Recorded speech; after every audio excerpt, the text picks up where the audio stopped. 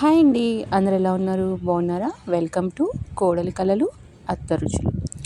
ఈరోజు వచ్చేసేసి మనం non veg chicken dum biryani చేద్దాము.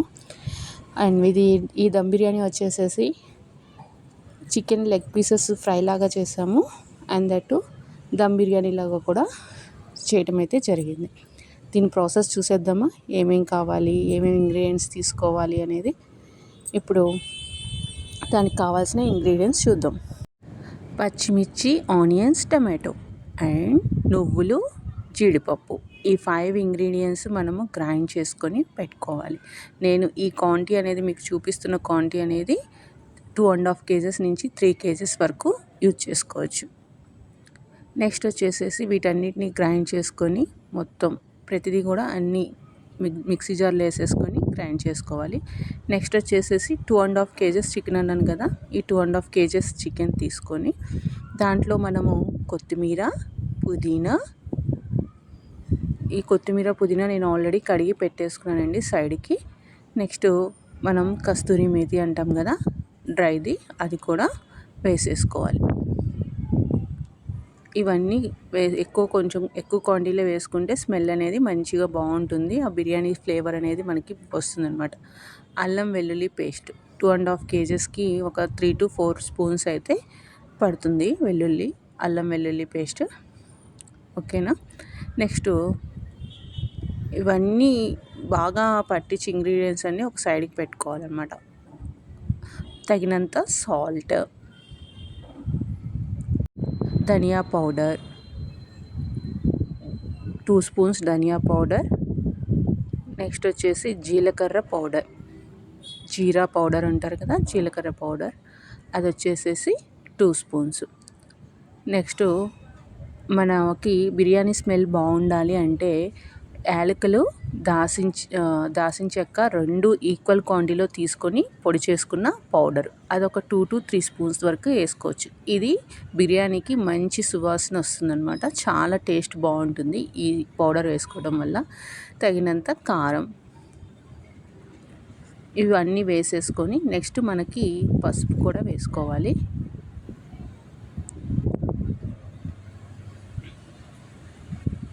ఈ పసుపు, నెక్స్ట్ పెరుగు, ఇంతే అండి. చివర్లో మనము కొంచెం నెయ్యి కూడా వేసుకొని ఫ్రైడ్ ఆనియన్స్ కూడా వేసుకుంటే ఇంకా మనకి ఇది మ్యాగ్నేట్ చేసుకొని పెట్టేసుకుంటే సైడ్కి చాలా బాగుంటుందన్నమాట. ఇది మనము ఇట్లా సైడ్కి కలుపుకొని పెట్టుకోవాలి. ఇంకొకటి మనము గ్రైండ్ చేసి పెట్టుకున్నాం కదా, పెరుగు వేసుకున్నాక మనం గ్రైండ్ చేసుకున్నాం కదా పేస్ట్, ఆనియన్స్, పచ్చిమిర్చి, టమాటో, నువ్వులు, జీడిపప్పు, ఆ పేస్ట్ కూడా వేసుకోవాలి. అది కూడా వేసేసుకొని నిమ్మరసం ఒక 3 kgsకి ఒక 2 నిమ్మకాయలు అయితే పడతాయండి. అది ఆల్రెడీ రసం తీసుకొని పెట్టుకొని మొత్తం కలిపేసుకుంటే సరిపోతుంది. ఇట్లా మనం కిందకి పైకి మొత్తం ఆ ఇంగ్రీడియంట్స్ అన్నీ పీసెస్కి పట్టేలాగా కిందకి పైకి కలుపుకుంటూ ఉండాలి. నేను చూపిస్తున్నాను చూడండి. అట్లా ఇది మనం ఎప్పుడైనా బిర్యానీ చేసేటప్పుడు ఒక 1/2 hour అన్న ముందన్న కలిపి పెట్టుకుంటే ఆ పీసెస్కి అన్నిటికీ ఉప్పు కారం పట్టి పీసెస్ టేస్ట్గా చాలా రుచిగా ఉంటాయి అన్నమాట. ఓకే, ఇట్లా సైడ్కి పెట్టేసుకోవాలి. మనం మొత్తం నీట్గా ప్రతి పీసెస్కి పట్టేలాగా కలుపుకోవాలన్నమాట. నెక్స్ట్ వచ్చేసేసి మనం రైస్ ప్రిపేర్ చేసుకుందాం. ఈ లోపల అది 1/2 hour మనము నానబెట్టుకోవాలి కదా, ఈ లోపల రైస్ని ఉడకబెట్టుకోవడానికి చూద్దాం.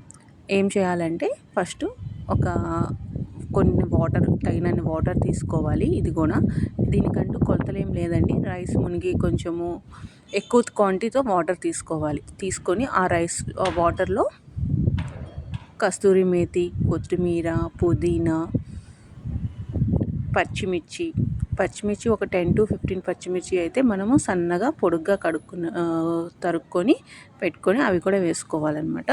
సాల్ట్, నెక్స్ట్ మసాలా దినుసులు కానీ అల్లం వెల్లుల్లి పేస్టు, ఇంకా మసాలా దినుసులు ఇవన్నీ ఉంటాయి కదా.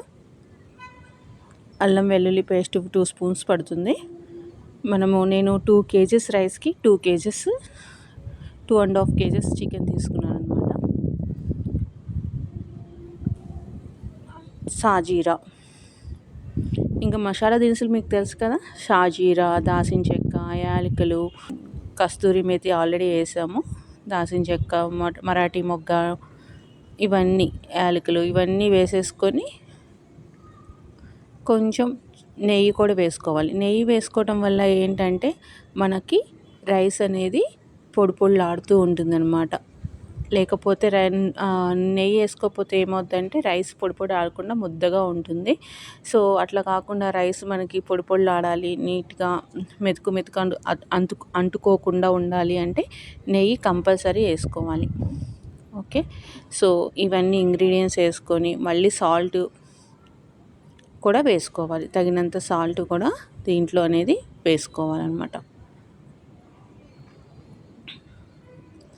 ఓకేనా, ఇప్పుడు అవి అట్లా మరుగుతూ ఉంటాయి కదా. ఇప్పుడు ఆ ఇంగ్రీడియంట్స్ ఇప్పుడు మనం ఏదైతే కలిపి పెట్టుకున్నామో చికెన్, దాని మీద ఫ్రైడ్ ఆనియన్స్ వేసుకోవాలి. చెప్పాను కదా, మనము అలానే నెయ్యి కూడా వేసుకోవాలి. నెయ్యి వేసుకోవడం వల్ల ఫ్లేవర్ మంచి వాసన వస్తుంది. అంతేకాకుండా చికెన్ కానీ రైస్ కానీ మంచిగా ఉడుకుతుంది. ఇప్పుడు దాంట్లో మనము లెగ్ పీసెస్ ఫ్రై చేసుకుందాం అనుకున్నాం కదా, సో లెగ్ పీసెస్ అన్నీ సపరేట్ చేసుకుందాం అనమాట. ఎందుకంటే నేను పిల్లల కోసమని లెగ్ పీసెస్ ఫ్రై లాగా చేద్దాము అని చెప్పి, కొంచెం వాళ్ళు క్రిస్పీగా ఉంటే ఇష్టపడతారు. సో వాటిని పక్కకు తీసుకొని వాటిని ఫ్రై చేశాను అనమాట. ఫస్ట్ ఫ్రై చేసుకొని మన దమ్ బిర్యానీలో సెట్ చేసుకోవాలన్నమాట. సో నెక్స్ట్ వచ్చేసి ఇప్పుడు ఇవి సైడ్కి పెట్టేసేసుకొని మనం ఆ చికెన్ని ఒక 10 to 15 మినిట్స్ స్టవ్ మీద పెట్టేసుకొని కొంచెం ఉడకనివ్వాలి. ఆ గ్రేవీ అంతా పచ్చివాసన పోయేంత వరకు ఒక 10 to 15 మినిట్స్. మనం మళ్ళీ ఇప్పుడు చికెన్ లెగ్ పీసెస్ తీసుకున్నాం కదా, అవి కొంచెం ఆయిల్ వేసుకొని ఫ్రై చేసుకుంటే, కొంచెం డీప్ ఫ్రై లాగా చేసుకుంటే మనకి ఏంటంటే క్రిస్పీగా వాళ్ళకి చికెన్ ఫ్రై బిర్యానీ తిన్న ఫీలింగ్ వస్తుందన్నమాట. ఇట్లా ఫ్రై చేసుకోవాలి, రెడ్డిష్గా వచ్చేటట్టు, కొంచెం బ్రౌనిష్ కలర్ అట్లా వచ్చేటట్లు 3 sides తిప్పుకుంటూ స్లోగా ఫ్రై చేసుకోవాలి. అట్ ద సేమ్ టైం ఇదిగో ఇట్లా ఉడుకుతుంది కదా, అట్లా ఉడికేస్తే సరిపోతుంది. ఈ లోపల అది ప్రిపేర్ అయ్యే లోపల మనం ఏదైతే ఎసురు పెట్టుకున్నామో ఆ ఎసురు కాగిపోయి ఉంటుందన్నమాట రైస్ బిర్యానీలోకి. ఆ ఎసురు కాగిపోయిన దాంట్లో మనము ఏదైతే నానపెట్టుకున్నామో బియ్యము 2 kgs రైస్, ఆ రైస్ని తీసి దీంట్లో వేసుకోవాలి. వన్స్ ఇది ఒక 10 to 15 తర్వాత చూస్తే మనకి రైస్ మొత్తం పలుగ్గా ఉందా, లేకపోతే 80% రైస్ ఉడికిపోయినప్పుడు తీసేసి పక్కన పెట్టుకోవాలన్నమాట. ఇప్పుడు పక్కకు తీసేసుకొని మొత్తము ఒక బేషన్లో తీసుకోవాలన్నమాట మనం ఉడకపెట్టిన రైస్ అంతా. ఇప్పుడు కింద అడుగంటకుండా ఒక రేక అయితే మనం పెట్టుకోవాలి. దమ్ అరేంజ్ చేసుకోవాలి కదా దమ్ బిర్యానీకి. నేనైతే దమ్ బిర్యానీ మొత్తం రైస్ తీసేసినాక కింద కొన్ని వాటర్ ఉంచి, రైస్ కూడా ఉంది దాన్ని, సో దాంట్లోనే కొంచెం ఆయిల్, ఎందుకంటే ఇది ఇట్లా పెట్టడం వల్ల ఏంటంటే తొందరగా కింద అడుగంటుతుంది బిర్యానీ. అట్లా అడుగంటకుండా మనకి ఏంటంటే కింద ఉడికిపోయి నూనె ఆయిల్ వాటర్ ఉండటం వల్ల తొందరగా అడుగంటకుండా ఉంటుందన్నమాట. సో అట్లా నేను ఎక్కువ క్వాంటిటీ చేసేటప్పుడు ఇట్లాంటి ప్రికాషన్స్ అయితే తీసుకుంటాను.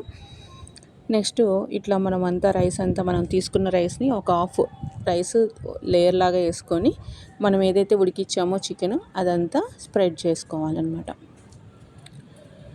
ఇట్లా స్ప్రెడ్ చేసుకొని మొత్తము ఆ బేషన్ అంతా స్ప్రెడ్ అయ్యేటట్లు పెట్టుకోవాలి. ఆ పీసెస్ అవన్నీ సెట్ చేసుకోవాలి సైడ్కి, అదంతా స్ప్రెడ్ చేసేసుకొని నెక్స్ట్ దీని మీద కొంచెం ఫ్రైడ్ ఆనియన్స్, కొత్తిమీర, పుదీనా అవన్నీ కూడా వేసుకోవాలన్నమాట. సో అప్పుడు మనకి చూడటానికి లుకింగ్ కానీ, బిర్యానీ స్మెల్ కానీ, టేస్ట్ కానీ చాలా బాగా వస్తుంది ఇలా చేసుకోవటం వల్ల. నెక్స్ట్ ఇంకొక లేయర్ లాగా వేసుకోవాలి. కొంచెం రైస్ వేసి ఇప్పుడు కొత్తిమీర, పుదీనా చల్లుకుందాము. డైరెక్ట్ ఆల్రెడీ మనం కర్రీలో వేసాము, కాకపోతే రైస్లో కొంచెం ఎక్స్ట్రా ఉంటే బాగుంటుంది, ఆ స్మెల్ అనేది బాగుంటుంది. సో ఫ్రైడ్ ఆనియన్స్,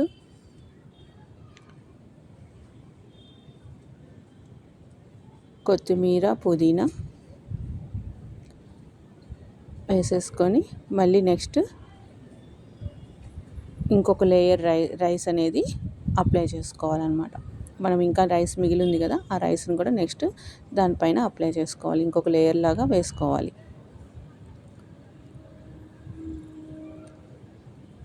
ఇప్పుడు మనము ఇట్లా లేయర్ లాగా వేసుకొని నెక్స్ట్ మనము చికెన్ ఫ్రైస్ పీసెస్ కూడా పెట్టుకున్నాం కదా పిల్లల కోసం అని చెప్పి, ఆ ఫ్రై పీసెస్, ఇంకొకటి బిర్యానీలో ఎగ్స్ పెడితే ఆ ఫ్లేవర్ బాగుంటుంది, ఎగ్స్ కూడా చాలా టేస్టీ వస్తుంది. సో నేను ఈ ఫ్రైతో ఈ చికెన్ పీసెస్ లెగ్ పీసెస్తో పాటు ఎగ్స్ కూడా అరేంజ్ చేసుకున్నాను అనమాట పిల్లలకి. అంటే ఒక్కొక్క తక్కువ ఎగ్స్ అండి, కాకపోతే హాఫ్ హాఫ్ చేసుకొని పెట్టేసుకుంటే నీట్గా ఉంటుందన్నమాట.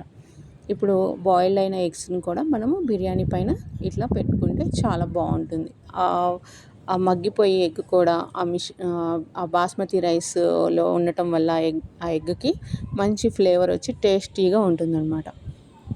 నెక్స్ట్ మనం ఏం చేయాలంటే కొన్ని పాలల్లో పసుపు తీసుకొని ఆ బిర్యానీ మీద ఒక సర్కిల్ లాగా వేసుకోవాలన్నమాట.